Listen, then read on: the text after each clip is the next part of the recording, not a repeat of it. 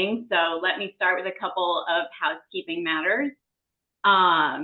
This is the Startup Founder webinar. We're going to be going over formation, incorporation, equity, allocation matters, things to think about when you're starting your own company. You know, as a legal disclaimer, today we'll be sharing sort of general best practices, but this is not, you know, intended to be legal advice specific to you.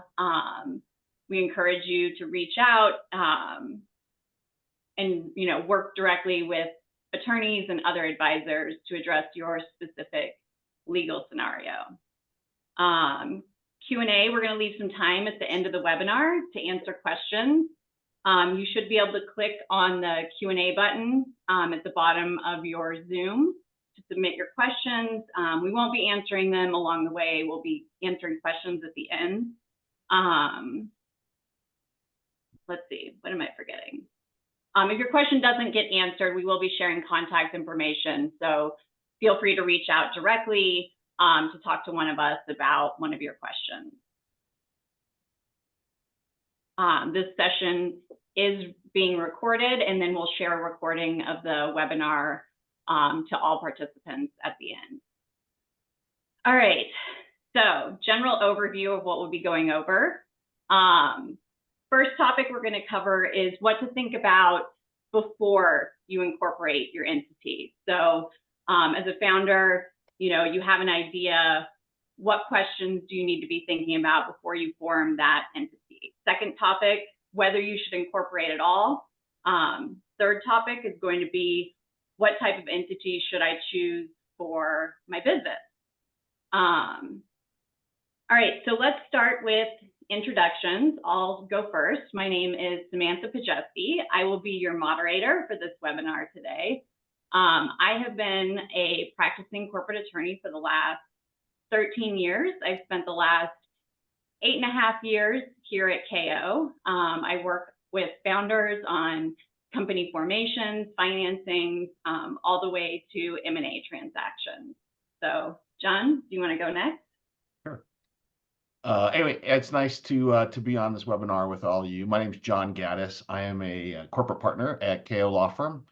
I help companies get formed. We help with formation, we help with financing if a company needs to raise money, whether from friends and family, whether from venture capitalists, whether from PE groups, or even bank financing. I help serve as outsourced or outsized general counsel and advise boards of directors and founders, and then hopefully we also do a lot of M&A work, so exit work. At KO itself, we are 32 lawyers. We are all have practiced at big international law firms or at in-house companies or companies in-house that you've heard of before. And I think that's important because it's difficult to replicate the kind of experience that you can get whether in-house at those kind of companies or in a big firm.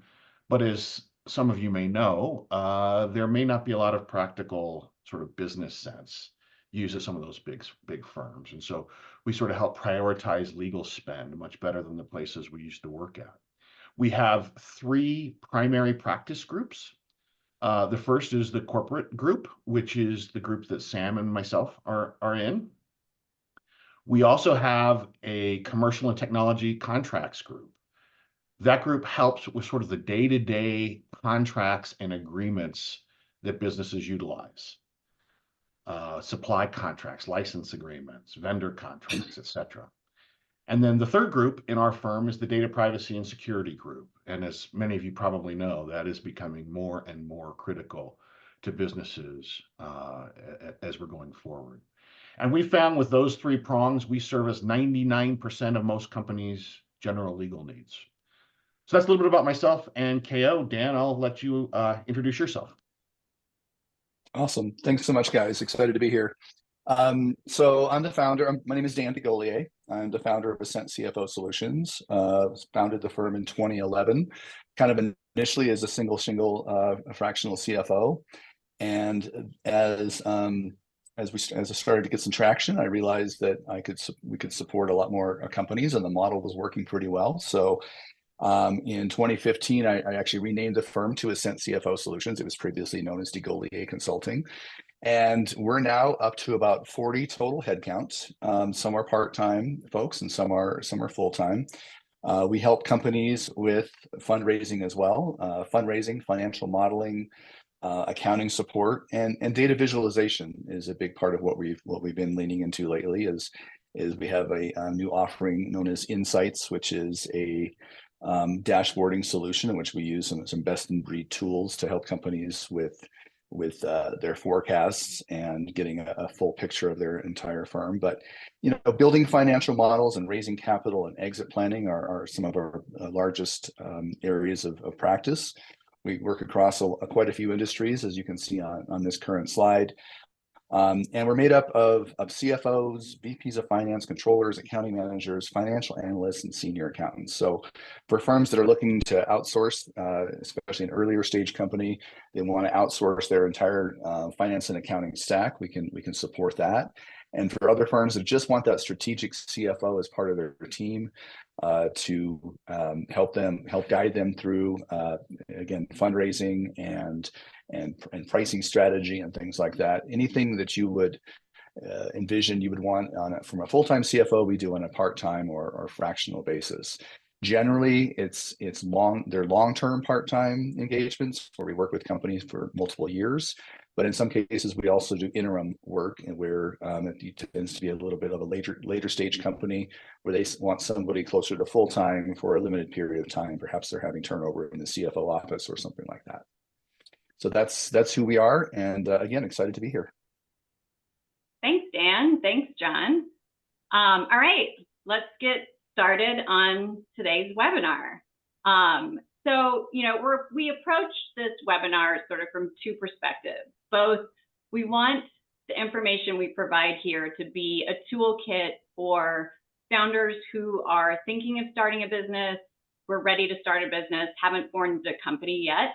But I think this is also going to be a helpful toolkit and sort of checklist for founders or, businesses who have already formed, but you haven't worked with or engaged, formal legal counsel or other partners in that business, and you're ready to start thinking through, okay, what do I need to be thinking about now? So let's get started. I think that, I'm going to approach this, this group on the webinar, like we talk to a lot of founders. And so I'm going to approach this as your moderator from the role of the founder, right? So I'll be asking questions to John and Dan of sort of the most common questions that we get when we have founder teams approach us about setting up a business. So let's dive in. First question, John, I'm going to pose this one to you. I have a great idea. What do I need to be thinking about before I form my company? Yeah, we get this question a lot, and there are sort of two answers, I think. The first is you need to think about how you're going to organize your founding team. And that can be both internally and externally.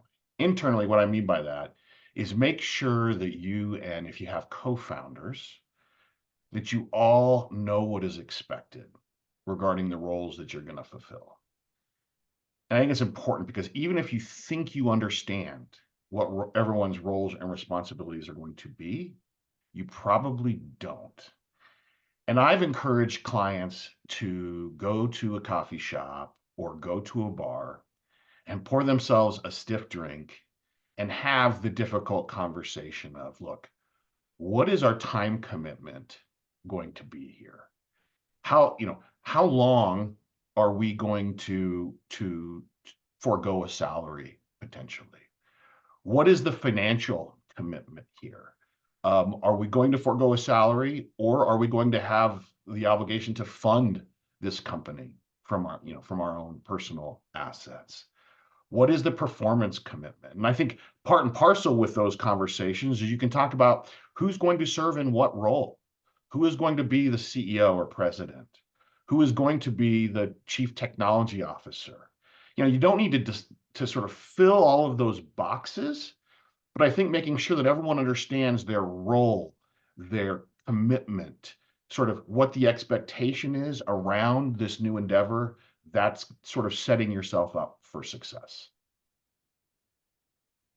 Dan, do you have anything to add? How do you generally think about this question when you're speaking with founders? Yeah, when I think about the very early stages of the formation of a startup, especially in a technology company that maybe is going to look to raise some outside capital, I think I kind of think about who is the core, what does that founding team look like? And the areas that I think are often the case are at least at a minimum, somebody who's going to build something and someone who's going to sell something, right? Those tend to be the core pieces. So you can think of that as CTO and CRO and CEO. So at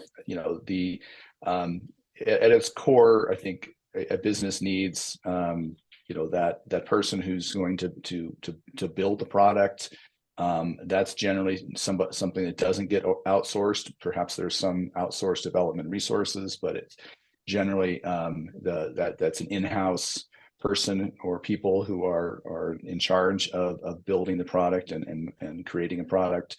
And then those oftentimes we see that the founder and CEO is often somebody who has experience with sales, or at least is passionate about what they're building and can do a great job of selling to their initial companies. So, from that standpoint, and we talk, the slide here mentions internal versus external.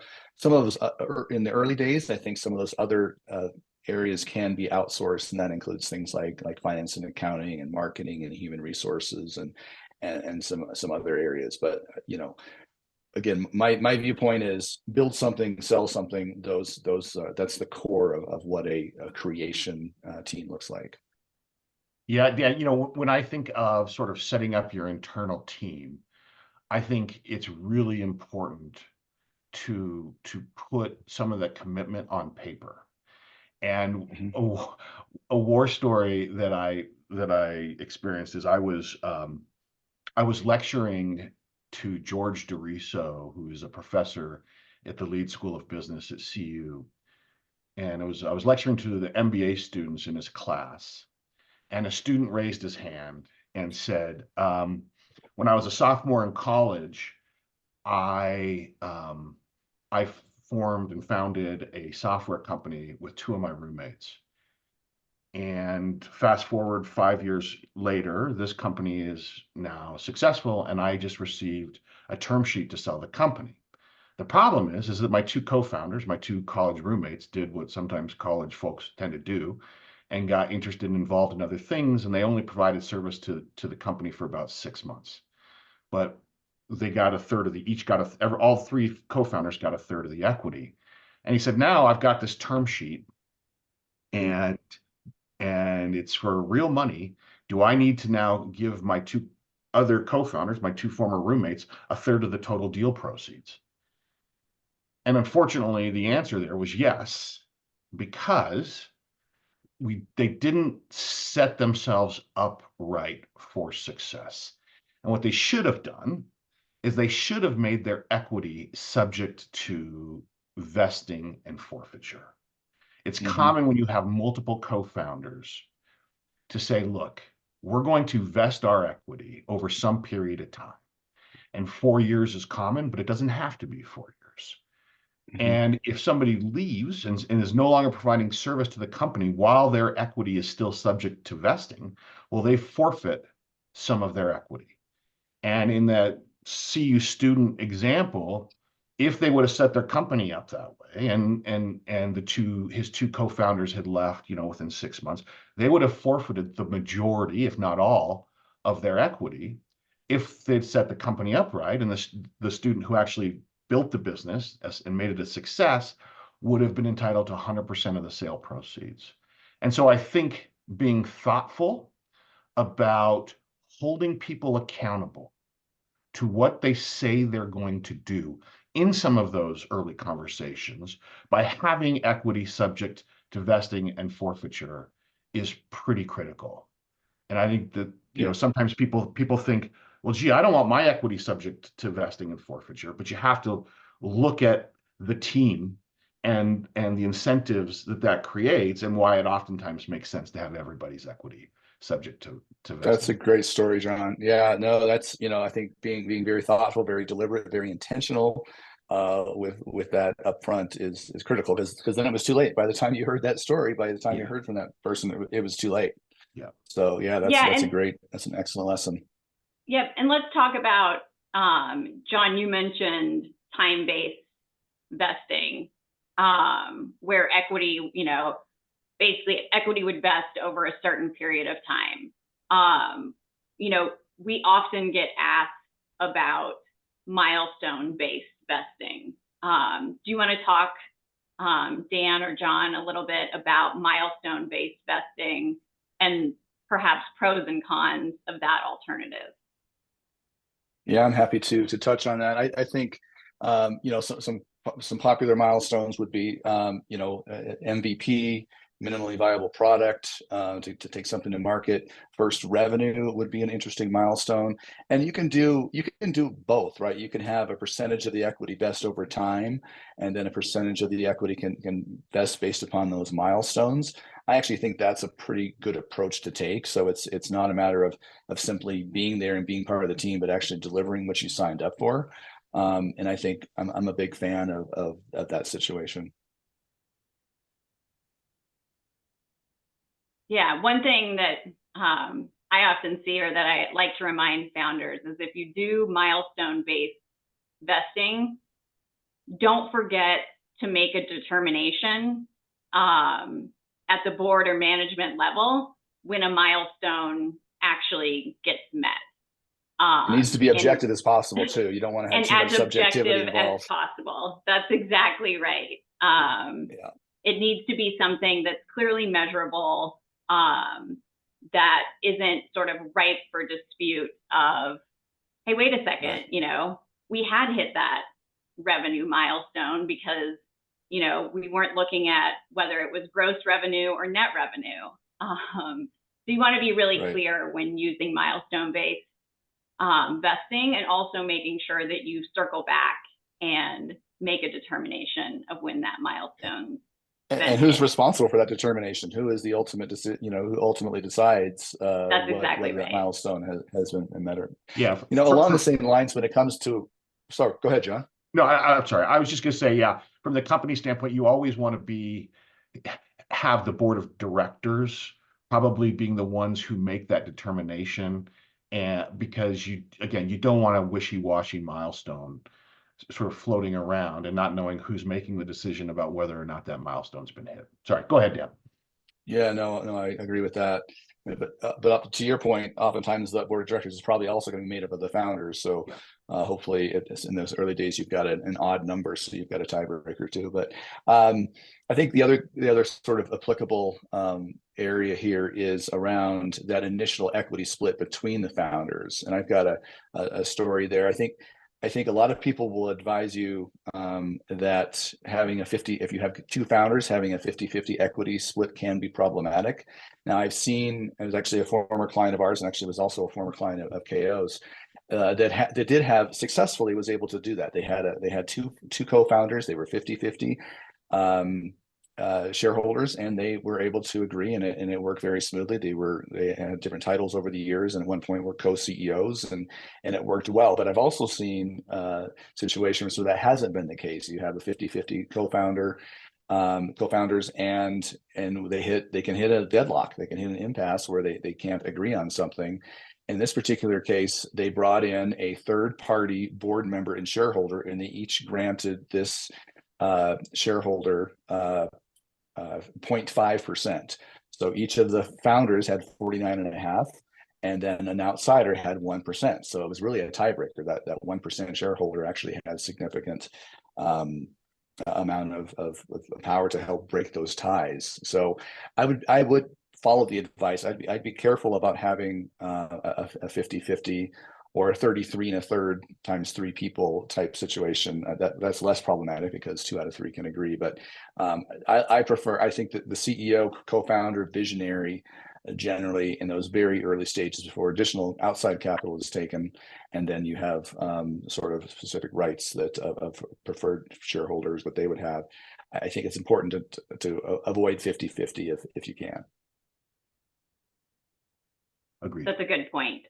And then, along with just equity splits generally, I know, as businesses evolve, and, I think this is going to be helpful for people with existing companies. John, this question will be for you. Like, what mechanisms do companies have if, roles and responsibilities shift as the company evolves? Let's say there's, one of the 3 founders who took a smaller equity stake early on, but they become, a pivotal key contributor to the company. And, the founder group decides that this person needs to receive additional incentives for their role in the company. What mechanisms are out there to address that situation? Yeah, it's a good question. I think that the primary sort of tool that we have in the toolkit here is equity compensation. If you are a corporation, equity compensation through a stock option plan is pretty straightforward. And if there is a founder who has gone above the sort of the original expectation as far as time commitment, as far as performance, as far as financial commitment, if the company can't pay the fair market salary and somebody's willing to continue to provide service over and above sort of the initial expected time until they could draw a salary, oftentimes you can grant equity compensation, stock options in a corporation. In an LLC, you can do profits interests, which is not, is sort of roughly analogous to stock options in a corporation. But I think that's probably the primary tool to sort of right-size the company on a going forward basis. 100% agree with that, John. Okay, and one other thing I want to touch on, one other specific item in this equity conversation. So when you subject shares or LLC interests to vesting, I know there's some specific tax considerations that founders need to be thinking about. John, do you want to talk about the 83B election and what that means?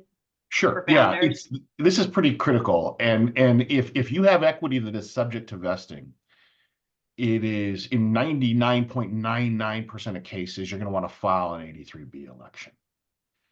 And if you don't file an 83B election, that can create fairly nasty tax consequences.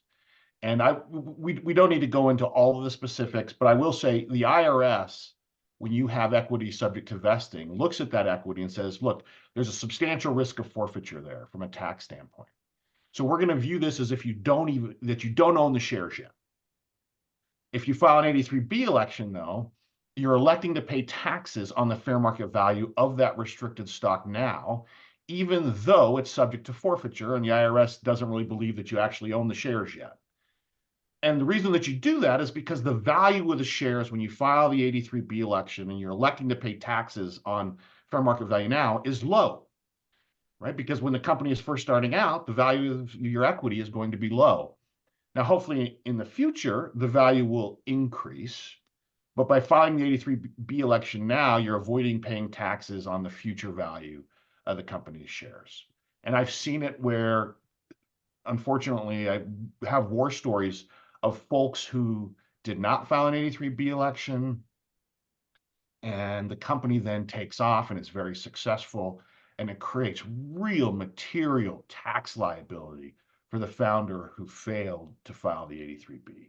And we can go into more about sort of the tax issue here, but just if you take away anything from this piece, know that if you do receive equity subject to vesting and forfeiture, you need to timely file your 83B election. And that means you need to file with the IRS within 30 days of your receipt of equity. That's right. And one other point there is no extension available for the 83B election. You either file it on time or you don't. So just kind of want to hammer that point home on the equity vesting. All right. So we spent a lot of time talking about equity. You know, we've got our internal team in place. We've divided roles. We've divided equity. Can we pause for a second to talk about, and I think, Dan, you touched on this point earlier. Once we have the internal team set, when we talk about external team, what do you mean, and what do I need to be thinking about for my external group of advisors? Yeah, I mean, every company is going to be a little bit different, right? And so you look at your needs of your company and what's required. Again, I think about things like marketing and finance, accounting, and legal, human resources as you start to scale. And so, Ascent CFO has really benefited from this growth of the fractional world.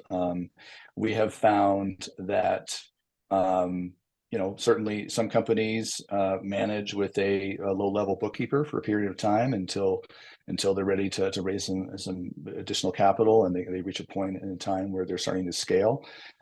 We found that the companies who tend to bring us in early are serial entrepreneurs. Founders that have had an exit before or have run a company before, and they realize that there's a benefit of building it right the first time, building the accounting and financial model and things like that early and often. And similarly, when it comes to legal, I think it's important to get everything set up right, make sure you're filing your 83B election, making sure that you've got clear expectations of the founders. And so I think there are some things without breaking the bank and without bringing on a full-time employee to do that. You can do a lot of those things on a fractional or part-time basis. And again, marketing, and there's another area where you don't necessarily need to have a chief marketing officer when you're a team of 5 people, but you probably want to have some level of support when it comes to the awareness building and things like that you're doing. Yeah, I think that's exactly right. And I think one of the benefits of hiring a group like Ascent CFO or KO is it makes sense to hire folks who have done this many times before. Try not to hire Dan's accounting shop down the road if Dan isn't somebody who has worked with companies like yours over and over and over again, because there's a level of expertise. You're not paying to train somebody. There's real advantages there. I also think the advantage of using an external advising team, your legal, your finance and accounting team, etc. There's a benefit there to find folks who are very practical. Find someone who will tell you when it doesn't make sense to spend money on legal. In my case, there are 2 things, and I tell this to clients regularly. When you're first starting out, when you're first starting your company, there are 2 things that are absolutely critical to your business. The first is cap table management, making sure that all of your equity grants are documented, that your cap table is tied down, that if you've promised equity to somebody, that's been documented, that you have your equity subject to vesting and forfeiture if that's the path you want to go down, etc. So pay somebody to help you with that. The other piece that is absolutely critical and that you need to spend dollars on legal is IP ownership. Making sure that anyone who has touched the company's intellectual property has assigned that intellectual property into the company. Make sure that there are independent contractor agreements in place that have IP assignment language if you're using contractors. If we're using employees, make sure that they've signed some kind of confidentiality and invention assignment agreement. Those 2 things, cap table management and IP ownership, are the 2 things that make sense to spend money on.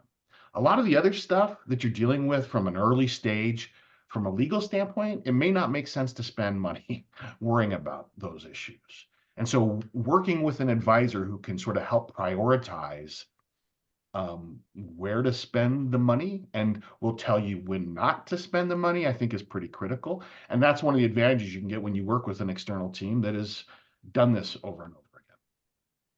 I would add one more to that, John, that from a legal perspective, I think that would be your commercial contract. I think you also want to make sure that you've got good IP protection and things like that within your initial commercial contracts. Yeah, I agree. But yeah, that's great. And I think the other piece that comes to mind when I think about the external team is you also have advisors outside of these sort of administrative or areas, which things like your go to market, people on your advisory team, informal or formal, who help you with go to market strategy, help you with product strategy, help you really understand, help you with product market fit. I mean, that's really where the magic lies when scaling a company is creating great product market fit and getting to revenue. I mean, it's growth. That's how it's defined, right? As far as what makes it, what allows a company to scale is getting to revenue, scaling up and bring your ARR and MRR up at a place that attracts investment. Agreed. Okay. I think this is a good segue into our next topic, which is, should I incorporate? Like, should I form an entity in order to operate my business? John, I think this question is for you. Yeah, I mean, it seems sort of self-evident, but I think the answer to that is yes. You need to form a company for a couple different reasons. One is asset protection, right? If you incorporate a corporation or LLC, you avoid personal liability for the company's business debts. And there's this concept of piercing the veil. Sometimes it's called piercing the corporate veil. But as long as we have an entity formed, as long as we follow certain formalities, in a corporation, we're having an annual shareholder and board meeting, for example. As long as we're not commingling funds, personal funds with company funds. Well, if we do those things, then our personal assets, our house, our car, won't be at risk for the company's liabilities. And that's pretty critical. That's a good point. That's a very good point, is, protecting yourselves as individuals from this personal liability. Great reason for setting up an entity. Dan, do you want to just touch briefly on what exceptions there might be to this, no personal liability idea? Yeah, I think it's important to understand. I'll speak to the banking side of the house. So if you are raising debt from a traditional bank, you're very likely going to have a personal guarantee as well. So you are going to be putting up your personal assets as collateral in a majority of situations if you are taking traditional bank debt. Now, there are some exceptions if you're taking venture debt, and usually those entities are going to be wanting to loan you money alongside an institutional venture capital round. In those cases, oftentimes you can avoid having a personal guarantee, but you're unlikely to raise that type of debt prior to raising an institutional VC round. That's a great point, Dan. I think the one thing I will add to that too is sometimes companies' first fundraising opportunity will be convertible debt. And oftentimes you'll go out and seek investors, oftentimes friends and family, who invest in convertible debt. There is not a sort of personal guarantee. So I think Dan is exactly right that if you're going to go out and seek capital B bank financing, there is probably going to be an expectation there of a personal guarantee. But if you seek money from friends and family through sort of convertible debt, there oftentimes is not. And I would include safe notes as in that category as well. Yeah, which is similar to convertible debt without interest and things like that. So yeah, that's a great point. And if your friends and family want to have a personal guarantee, I don't know if I'd want to take that money. Yeah. All right. So now that we've decided to form an entity, I want to move on to our third topic. And this is a big one. What type of business entity should I choose? I know there's a lot of options out there. And so this is sort of a two-part question. What type of entity should I choose? And where should I form that entity? Sure, I could take a first crack at this, unless Dan, go for it, John. Okay. So there are a lot of, as Sam mentioned, there's a lot of choices that folks have. I think that the most common, for probably good reasons, are corporations and LLCs. Now, there are other options. You could be a sole proprietorship, where it's just one individual who sort of runs the business from their own personal accounts. And from a tax standpoint, that person is personally, everything flows through to them, and they're personally liable and responsible for the business. There's partnerships where the founders share responsibility for the business's debts. But what I see, and Dan, I'd be curious to see if this is your experience as well, but what I typically see are LLCs and corporations. Yeah. I think, and every lawyer worth their salt will tell you that if you're going to raise institutional money, you're going to have a Delaware C Corp. That's just the expectation of every institutional investor. But LLCs are a logical way to start. You can, as an LLC, you can tax it as a partnership or as an S Corp. And it's super easy to set up an LLC in Colorado. If you're a Colorado-based company, or wherever you're based, you can set that up. And then oftentimes, if a company is going to be, let's say they're going to be 18 or greater months away from raising institutional money, so if there's a period of time there, I think starting with an LLC is a pretty easy way to go. You create that corporate veil to protect your personal assets. And then simultaneously with raising a venture round, you can convert to a Delaware C Corp at that point in time that you kind of simultaneous with that raise. So that tends to be the most common approaches that I see. Now, there's obviously plenty of exceptions. For professional services companies, oftentimes partnerships can make sense, or other limited liability partnerships, things like that. But generally, LLC to start, unless you are planning to raise capital quickly, then maybe just skip that step and go right to Delaware C Corp. Yeah, I think that's. Oh, go ahead, Sam. No, I was going to say, let's just spend a little bit more time talking about the LLC and C Corporation. So John, I don't know if that's where you were headed. Yeah. So LLCs are really adaptable and flexible. They are user-friendly. They're tax advantageous. We see them regularly. The idea for LLCs came out of the West. I think it was Wyoming about 40 years ago who came up with this idea for an LLC, where they wanted to take the best parts of a partnership, which is, you can apportion different profit to different equity holders. You don't have to comply with certain corporate formalities. You can disclaim some fiduciary obligations, etc., with the best parts of a corporation, which is that corporate veil of protection. And sort of the LLC now is pretty ubiquitous. It's common, it's widespread. And in an LLC, the operating agreement is the governing document. And that is the contract between the owners of the company, between the members, where they sort of detail how the company is going to be governed.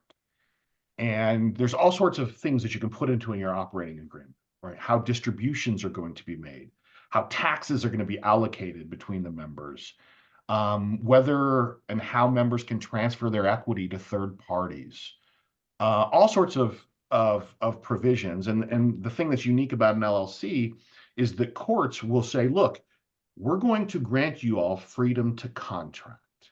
And so whatever you put in the operating agreement, we are going to we are going to let you govern yourself by what's in that contract or operating agreement. And so there's a ton of flexibility with how you want to structure your company in an LLC. And that's, I think, a real advantage to an LLC, and one of the reasons that we've seen them become pretty widespread.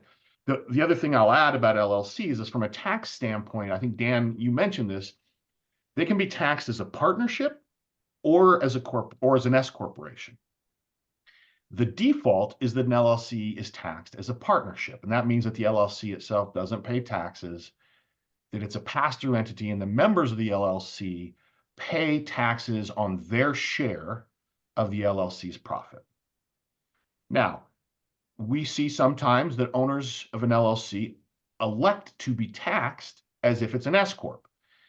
And if they do that, there are some potential advantages to payroll tax, where owners can be treated as employees in an S corporation and receive a reasonable salary, and then FICA taxes are paid on that amount, the reasonable salary amount, where amounts in excess of that are not subject to self-employment taxes. But that gets pretty nuanced and complicated. So sometimes we do see LLCs that elect to be taxed as S corporations. There are potential disadvantages there because you have to now comply with S corporation rules, which requires, for example, that you can only have one class of equity. So if you know that you're going to go out and raise money from institutional investors, being an S corp probably doesn't make much sense, because you're going to have to presumably sell a preferred class of equity to the outside investors. Other S corp requirements are things like you can only have up to 100 shareholders.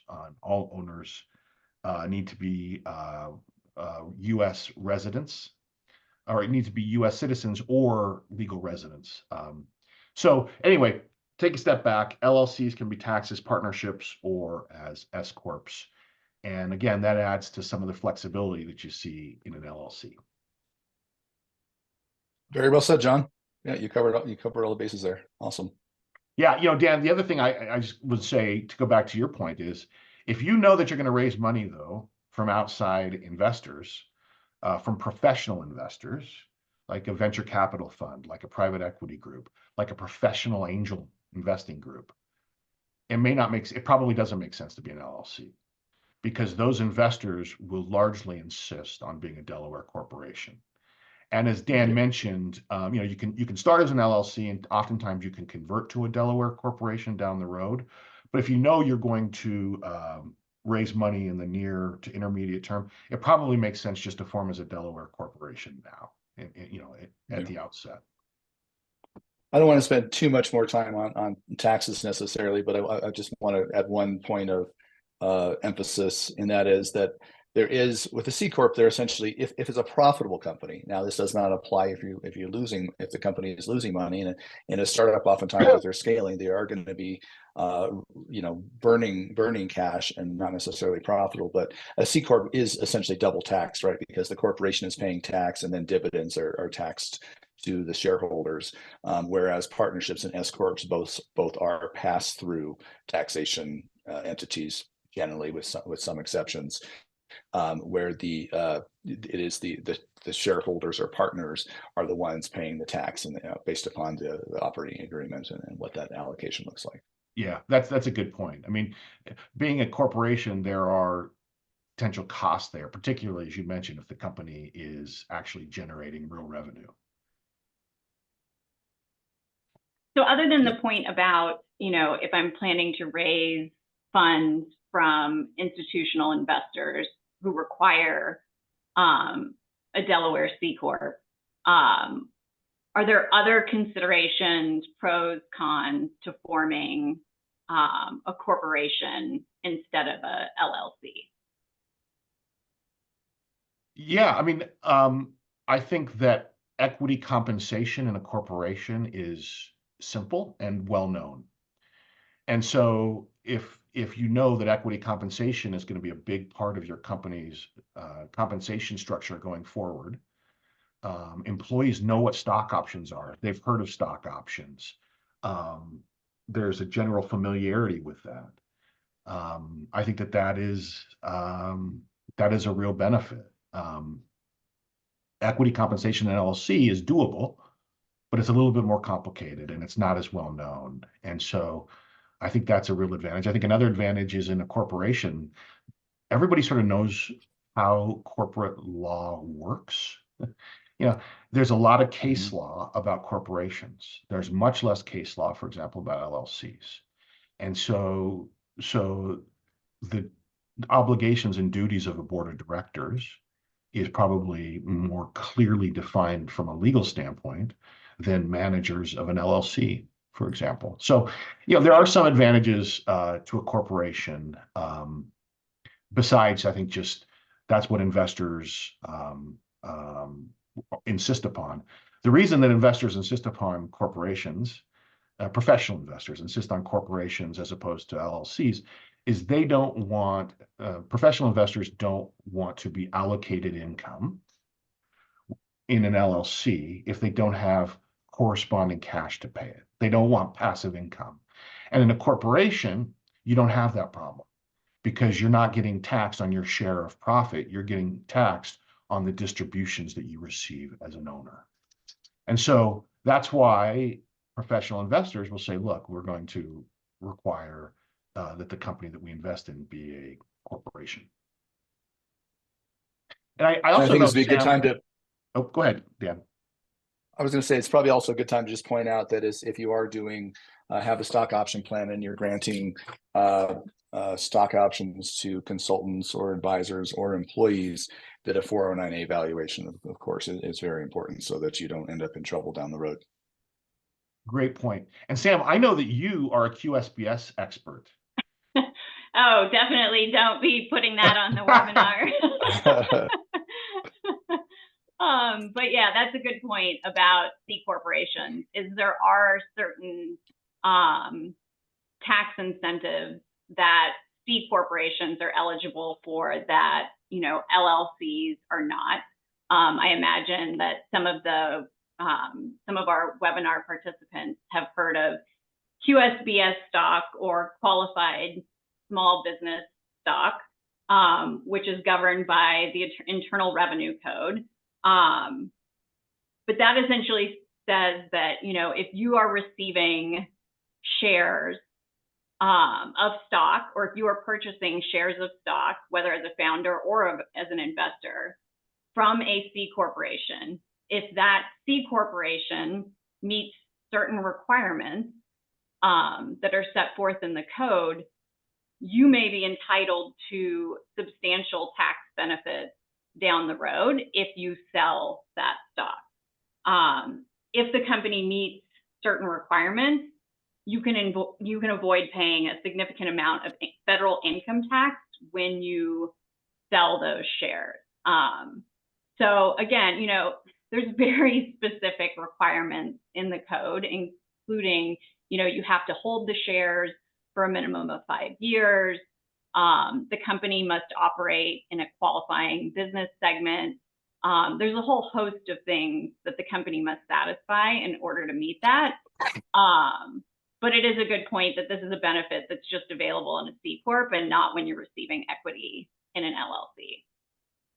Yeah, I think that the last point that I wanted to raise, and then maybe we go to Q&A, is it's really important to observe some of those formalities that we talked about with respect to your entity, whether it's a corporation or LLC. And I think that means that having, make sure that you have, if you're an LLC, a strong operating agreement in place is important. That could, if there's a lawsuit and somebody's trying to pierce the corporate veil, and the company can show that, look, we've observed some of these formalities that we need to observe at law. We haven't commingled funds. We have strong legal documentation in place. Then you're going to win that lawsuit. And so make sure that you have strong legal documentation in place. I think that's one thing that, again, if you're working with folks who've done this over and over again, it won't be very expensive, and it could really, really save your hide if there's future claims where people are trying to get to your own personal assets for company liabilities. Okay. Thanks so much for that, John. And yeah, I do see that we're running a little short on time. We have about 9 minutes left. So I think now is a good time to shift to the Q&A. So I'll be going through some of the questions that we've received. Again, if your question doesn't get answered, feel free to reach out after the webinar. But John, on your point about having good legal documentation, I think this question is for you. I think there was a comment earlier, that the things you should spend money on early on is making sure that, your cap table is clean, that things are, that you have good records and that you've documented all equity issuances. We have a question that, one of our participants' understanding is that you can use and leverage an online cap table management platform to serve in this role. Is there more that we should be thinking about here, or is, engaging a cap table management platform enough? Yeah. I think when I said spend money early on cap table management, what I meant there is I think spend money on making sure that all the equity grants are properly documented. Make sure 100%. that you get your 83Bs filed, that if you promised equity to somebody, that is documented. Regarding cap table management itself, there are some amazing online tools that I think make a lot of sense to people to use. At this point, a majority of our clients probably use software to help sort of manage their cap table online, and I think that can be really, really advantageous for a lot of different reasons. But yeah, when I said spend money early on cap table management, that's I meant not sort of using Carta, which I actually do recommend, but I instead meant make sure that you get everything documented properly. Yep, and those online cap table management platforms can serve as a central, holding place for all of those documents that John mentioned, because it's not enough just to get stuff in writing and get signed documents. You need to keep those organized, and you need to make sure that you're saving copies of all those documents. And so all of that, you can use one of, John mentioned Carta, there's others available as well, where you can house all that documentation. Yeah, I agree. It's really important to not mess this up. It's important to have things well documented early on. And yeah, Carta's one. There's several others that are gaining a lot of market share and great solutions as well. But I can't emphasize enough the importance of having really good corporate governance and having very clean, fully executed agreements with strike prices clearly documented, things like that.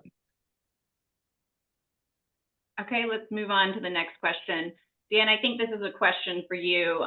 There's a question as to whether there's tax compensation or expense recognition issues to think about when setting up equity grants to have milestone-based vesting. Yeah, I will defer on tax issues related to that, but it's just another vesting. It's not that much different than time-based vesting. It's just that it has different sort of a different step function of what that vesting looks like. So I would defer to tax CPAs on the tax side of that. Okay. Yeah, and I just to add on to that, Dan, I do think that if you have milestone-based vesting, you still need to file an 83B election. It is not just for time-based vesting. Right, and that would be upon the grant, regardless of the vesting schedule. It's 30, like you said, 30 days within the time of the actual grant. Exactly. While we're on the topic of equity incentives, I have another question that one of the participants wants us to speak more to the 409A valuation and the requirement for pricing stock options. Yeah, there's several ways you can do that. There's valuation firms that will that are really good for that. You can actually do 409A valuations through Carta and some of the other cap table management platforms as well. But it's important. This is anecdotal, but my understanding is the IRS doesn't pay any attention to those those 409 valuations until there's an event, until there's a transaction, until that exit occurs. Now they're going to go back and they're going to claw back and make sure those strike prices were set appropriately under IRS guidelines as far as fair market value goes at the date of grant. So that's going to be important to do those 409As. And Dan, and in the very early days, it can be pretty simple, right? I mean, I don't think you necessarily need to pay $30,000 for a valuation firm in the very early days. But as you start to gain traction, get real revenue, start to scale the company, it becomes more and more important. Go ahead, John. Yeah, I was going to ask, in today's world, what are you usually seeing valuation getting charged out at? Is it still $3,000 to $5,000-ish for a 409A? I hate to I don't know off the top of my head, but yeah, I would say Carta is probably in that sub, five or less K. And actually, as part of the subscription, I believe firms, more sophisticated firms who are going to do a lot more work on it, probably are upwards of 25, 30K in some cases, depending upon, again, it depends on a lot of factors. You raise a good point, though, by mentioning sort of some of the cap table management software companies like Carta, which do provide for a fee of, I don't know, Sam, maybe off the top of your head, but for an extra fee of a couple $100-ish a month, they will provide regular 409A evaluations. So that's another advantage, I think, sometimes to using some of the cap table management companies. Okay, we probably only have time for one more question. And this one, one of the participants wants us to touch on allocation of equity. So can you expand on pools of equity that you typically see set aside for founders, board of directors, leadership team, and employees? Do you want me to take that one first, John? You want to? Yeah, I'm happy to. Yeah, sure. So, a lot of times, I think it's important to understand if we're talking about a venture-backed company, a company raising a true Series A or greater, there is going to be a little give and take and expectation from the VC as far as what their expectation, as far as what an employee option pool is going to look like. They're going to want to, everybody should want this, but the investor will want to see that there's an appropriate amount of options allocated for the contributors from the full executive suite, the management team, and other key people within the organization. So there's going to be, a percentage of the total cap table should be allocated towards that, whether that's 20, 25, 30%, higher or lower. There's going to be a reasonable amount allocated to the option plan in a lot of cases. And that also could apply to advisors and board members and folks like that.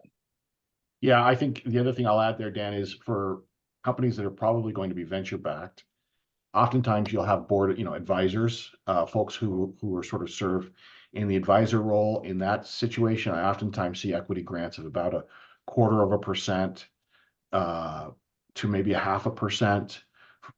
It can go up to about 1% for absolute rock star advisor, but that's fairly typical. Oftentimes in early stage companies, the founders and the leadership team are one and the same.